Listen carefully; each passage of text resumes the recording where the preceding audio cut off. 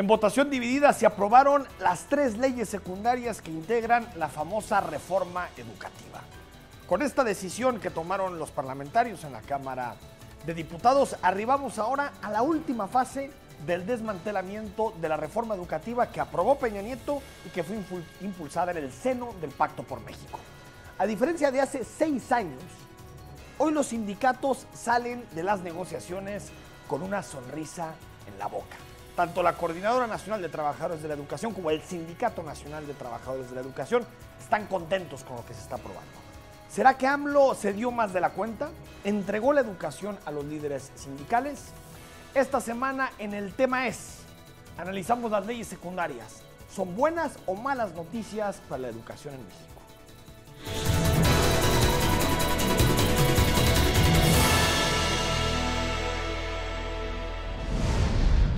Andrés Manuel López Obrador prometió desde campaña, antes incluso de que fuera candidato como tal formal por parte de Morena, prometió enterrar la mal llamada reforma educativa. Incluso Mario Delgado, el diputado Mario Delgado, dijo: no vamos a dejar ni una coma de la reforma educativa. Fue una promesa que se hizo en su momento a los electores a nivel nacional, pero sobre todo se hizo a la Coordinadora Nacional de Trabajadores de la Educación, a la CENTE, que como usted sabe es hegemónica en términos sindicales en los estados del sur y pacífico de nuestro país, en particular Michoacán, Guerrero, Oaxaca y Chiapas. Ahí es donde la CENTE tiene mucho poder. Pero también se hizo un acuerdo con el Sindicato Nacional que está cercano a Elbester Gordillo, es decir, no esa facción del sindicato que estuvo acompañando las reformas de Peña Nieto. Entonces digamos que la promesa no solamente fue a la coordinadora, sino también a Elbester Gordillo, y esto en términos políticos es, digamos, sui generis, porque la coordinadora y el sindicato se llevan de la patada. Elbester Gordillo siempre ha criticado a la coordinadora y la coordinadora siempre ha criticado el liderazgo charro al interior del Sindicato Nacional. Por lo tanto, los dos aliados de López Obrador en este momento fueron o han sido adversarios durante décadas en el sistema de sindicatos que existe en el país. Se aprobó ya en algún momento la reforma constitucional que en términos generales, con distintos debates, pero fue bien recibida por los docentes y especialistas en educación. Se decía que había más énfasis en la formación que en los castigos, que se hablaba de las condiciones precarias de los profesores, las desigualdades educativas en el país. Es decir, la reforma constitucional más o menos fue bien vista, hubo un consenso en torno a ella cuando se aprobó hace algunos meses. Sin embargo, en ese momento ya hubo votos opositores a la reforma constitucional de los dos extremos. Del Partido de Acción Nacional, el Partido de Acción Nacional votó en contra de la reforma constitucional, y los 40 diputados que están vinculados a la coordinadora, casi todos que llegaron con las siglas de Morena. Desde aquel momento todos sabíamos que la madre de todas las batallas sería la discusión sobre las leyes secundarias, es decir, cómo se transforma el acuerdo constitucional para cambio en la Carta Magna, cómo se transforma en leyes secundarias, en las 3 leyes secundarias que regirán la educación para los siguientes años. Y es algo, en muchas ocasiones no ponemos demasiada atención en las leyes secundarias porque pensamos que no son tan seductoras o no son tan polémicas como las constitucionales. Sin embargo, son la columna vertebral del sistema educativo, y precisamente estas 3 leyes son las que determinan el futuro en particular de la administración del magisterio en nuestro país. Los sindicatos, y hay que decirlo, en México, más que defender los intereses de los trabajadores, que es su esencia, un sindicato lo que tiene que hacer es defender las prerrogativas y los elementos más importantes para los trabajadores, sus salarios, sus vacaciones, sus condiciones laborales. Lo que hacen realmente es tratar de tener privilegios y por lo tanto alimentar el músculo político. Así ha sido el sindicalismo mexicano. Un acuerdo en donde el Estado de alguna forma cede competencias y los sindicatos tienen control y ofrecen control político al gobierno. Para decirlo llanamente, los sindicatos magisteriales, el CENTE y la CENTE, lo que buscan son el control sobre la carrera magisterial, es decir, sobre la entrada, permanencia y ascenso de los maestros en la educación pública. Es decir, que el ascenso, la movilidad al interior del sistema educativo no dependa del maestro, no dependa de lo que hace en el aula, sino que dependa de la relación que tiene con los líderes gremiales. Por eso las exigencias que hace la coordinadora o que hace el sindicato no tienen que ver con mejores cosas para las aulas, materias, asignaturas, sino lo que quieren es adiós a la evaluación o que la evaluación no tenga ningún tipo de sanción, que puedan llegar a tener control de las plazas educativas y, por supuesto, los famosos pases automáticos que también permiten cierto control sobre las normales. Para más o menos ejemplificar el panorama, son 3 leyes las que se aprobaron. La Ley General de Educación, la Ley Reglamentaria sobre la Mejora Continua de la Educación y la Ley General del Sistema de Carreras de las Maestras y los Maestros. Es real de que se les está escuchando, se les está tomando en cuenta sus planteamientos, como a todos los maestros, y esto no significa que va a haber corrupción. ¿Qué podemos criticar de las leyes que fueron ya aprobadas en la Cámara de Diputados? Primero, y tal vez el elemento más preocupante, vuelven las famosas comisiones mixtas, así se llamaban en el pasado.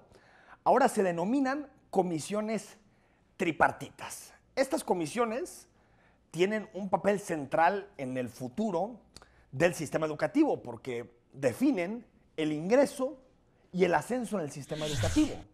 Y en conjunto con las autoridades educativas nacionales y locales, pues se sientan en la misma mesa para poder decidir quién entra en el sistema educativo, quién no, quién tiene una plaza y por lo tanto tienen un poder muy importante a la hora de definir qué pasa con los profesores. Un elemento que creo que era rescatable de la reforma educativa peñanietista, de la reforma educativa del Pacto por México, es que de alguna forma al eliminar estas comisiones mixtas le quitaba al sindicato la posibilidad de definir el futuro de un profesor. No sabemos en este momento qué facultades tendrán los sindicatos al interior de las comisiones tripartitas. Si serán solamente de voz, es decir, opinar sobre la forma en que se está debatiendo la carrera magisterial, o también tendrán decisión.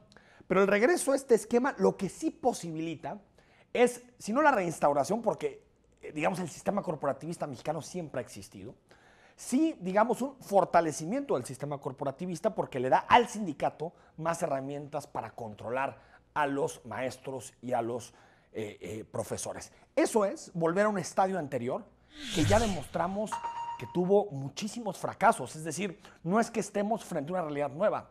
La comisión tripartita es el nombre nuevo para tratar de definir una realidad antigua, pasada, que eran las comisiones mixtas. Y también podemos decir que casi siempre al interior de esas comisiones los sindicatos suelen tener un papel preponderante que en términos sociales no queremos que jueguen a la hora de definir los ingresos y los ascensos en el sistema educativo. Es la renuncia de un elemento que López Obrador ha dicho mucho, que es que el Estado tiene la rectoría educativa sobre la política educativa. Por lo tanto, me parece que aquí en este tipo de comisiones lo que podemos decir es que hay una cesión muy clara de parte del gobierno federal a los sindicatos para que participen en la decisión de quién se pone frente a los niños en un aula. La ley también contempla la desaparición del famoso INEE, Instituto Nacional de Evaluación Educativa. Lo sustituyen por un Sistema Nacional de Mejora Continua del Profesorado, coordinado por un organismo que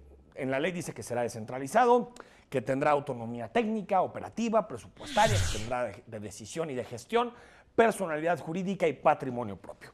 El INEE realmente le podíamos hacer críticas a la forma en que funcionaba porque era un organismo sobre todo nacional, que no se ponía en las realidades locales, quería hacer una evaluación homogénea, no importa si vivías en Chiapas o si vivías en Monterrey, y digamos estaba muy lejos de lo que sucedía en el aula.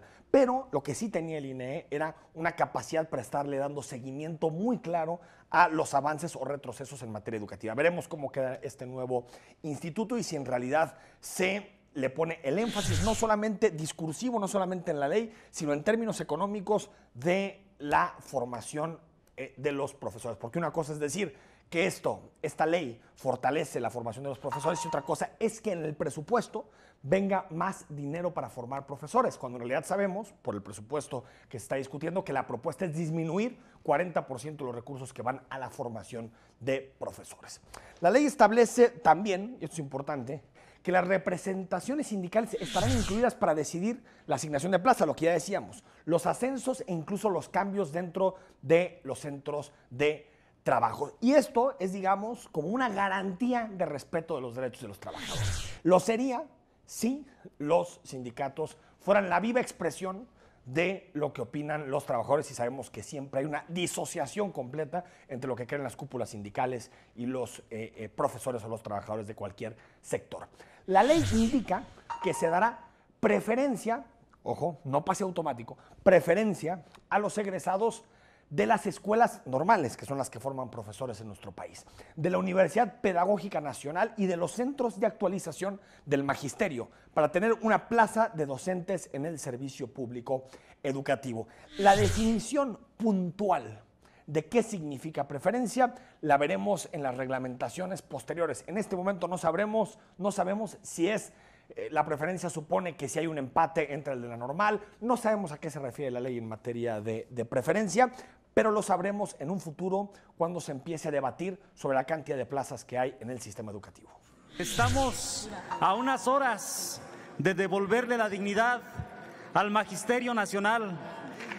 Estamos a unos instantes para sepultar la mal llamada reforma educativa. Usted dijo lo siguiente: una reforma educativa es inconcebible si no se da con el sindicato. Me parece que pensar en construir una reforma educativa al margen del sindicato no solamente es una gran ingenuidad, es realmente un error histórico. Lo dijo usted a un lado de Elbester Gordillo. No todo es negativo en la reforma educativa. Si bien delineamos los principales puntos que generan preocupación, también hay temas que considero son positivos. Por ejemplo, se pone mayor énfasis en esta reforma en la formación de los docentes y no en la sanción. Creo que hubo un gran error del peñanietismo que fue pensar o señalar a los maestros como los únicos responsables y culpables de el fracaso educativo en México, cuando en realidad no solamente los profesores son culpables y tendremos que ir más allá.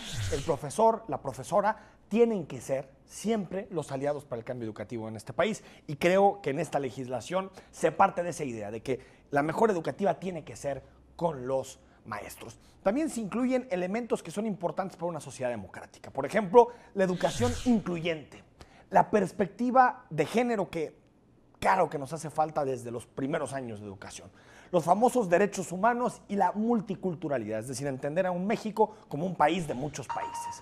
No se podrá condicionar la inscripción, eso es importante, se eliminan las cuotas por completo, el acceso a los planteles, la aplicación de evaluación o exámenes, es decir, la educación es un derecho sin importar cualquier otra consideración.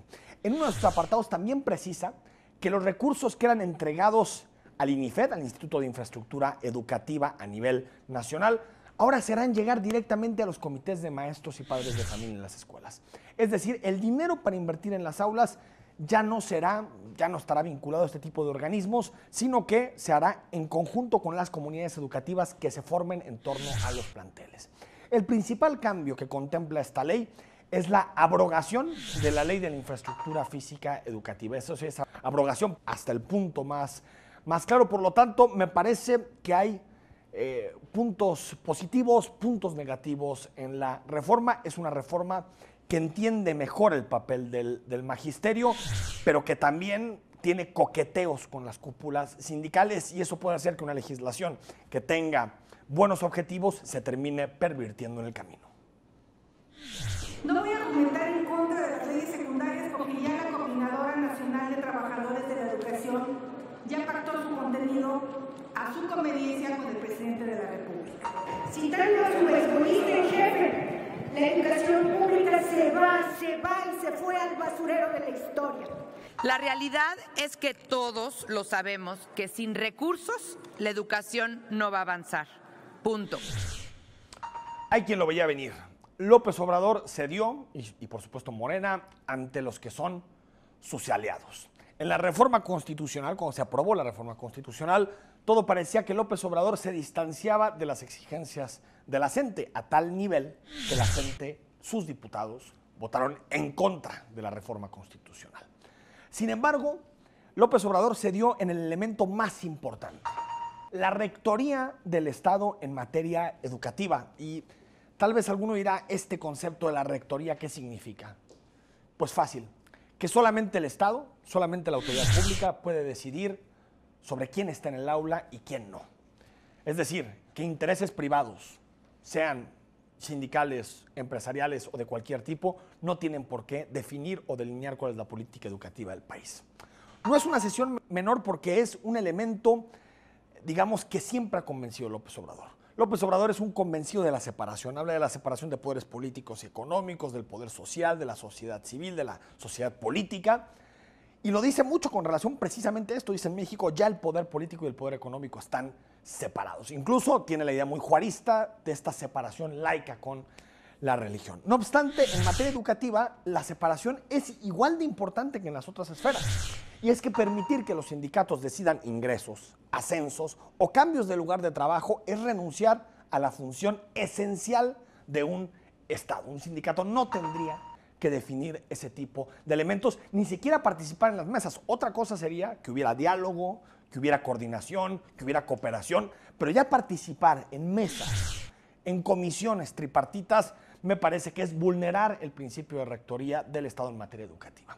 Quien debe definir la política educativa es el gobierno, la educación pública. 84% de los planteles en este país son públicos, es decir, se pagan con nuestros impuestos. Y también quien debe decidir los perfiles que están en las aulas es el propio gobierno a través de los mecanismos que instaure, pero no los gremios. En el caso de las normales, queda la preferencia, aunque no sabemos si eso se podrá traducir o no en un futuro, en plazas automáticas. Es lamentable porque considero que la competencia de externos es también importante. Es decir, que para el sistema educativo en su conjunto y para la educación de las niñas y los niños, es importante que los profesores vengan de muchos lugares, no solamente de las normales, que se dedican a crear y a formar los maestros del futuro, sino también de las universidades, de otros espacios de educación. Y creo que esa pluralidad y esa competencia fortalece el sistema educativo. Darle preferencia absoluta a las normales puede llevarnos a tener solo un tipo de profesores y no una variedad que creo que al final enriquece al sistema educativo. Existen matices muy importantes, pero en materia laboral, en esta reforma, hay guiños directos a la coordinadora y al sindicato, creo que más que pensando en las siguientes generaciones de educandos, pensando en la próxima elección. Cada vez que hay una reforma, pues hay oposición. Esto es consustancial a la democracia. Ahora están inconformes los que habían apoyado la reforma anterior, que se dio en otras circunstancias. Yo espero que se entienda que la anterior reforma educativa no mejoraba la educación, sino polarizaba, causaba enfrentamientos y no mejoraba la calidad. Uno de los problemas de la educación en México es la poca inversión, si nos comparamos con cualquier país desarrollado, la exclusión, es decir, que no todos pueden acceder a la educación pública y quien accede en muchas ocasiones tiene que salir del sistema educativo, tiene que interrumpir su trayectoria académica por motivos económicos, por motivos sociales o de violencia. Pero no podemos olvidar que otro elemento que ha corrompido la educación en nuestro país es el corporativismo. Por décadas, los sindicatos han decidido lo que pasa en materia educativa. No importa si el presidente se llamaba Felipe Calderón, no importa si el presidente se llamaba Vicente Fox o Enrique Peña Nieto. Los sindicatos deciden, los sindicatos ahí dicen hasta dónde va. El Bester Gordillo es de esos animales políticos de nuestro sistema que cae, se levanta, parece vencida y vuelve. El Bester Gordillo fue aliada de Felipe Calderón, aliada cercana de Felipe Calderón. Luego se peleó con Enrique Peña Nieto, terminó en la cárcel por esos conflictos políticos con el presidente y ahora vuelve el Bester con sus redes progresistas y el apoyo a Andrés Manuel López Obrador. La coordinadora otrora externa a los partidos, que nació como una corriente muy crítica al interior del sindicato, hoy tiene diputados, tiene 40 diputados y cuenta con una tremenda capacidad de movilización para exigir prerrogativas. Estamos hablando de que la coordinadora tiene posibilidad de no solamente de interactuar y presionar desde afuera, desde la calle, sino también lo puede hacer desde las instituciones. Sencillo y como conclusión, el Estado está abdicando a sus responsabilidades educativas y a cambio recibe favores políticos de los gremios, gremios que tienen una gran capacidad de movilización en un México en donde siguen siendo los gremios educativos capaces de hacerte ganar elecciones locales y nacionales. Hay que decirlo con todas sus letras. López Obrador se equivocó. Recuperar la rectoría del Estado es darle la espalda a las corporaciones que buscan lucrar con la educación. Y es que en México, durante décadas, la política siempre se ha puesto por encima de la educación.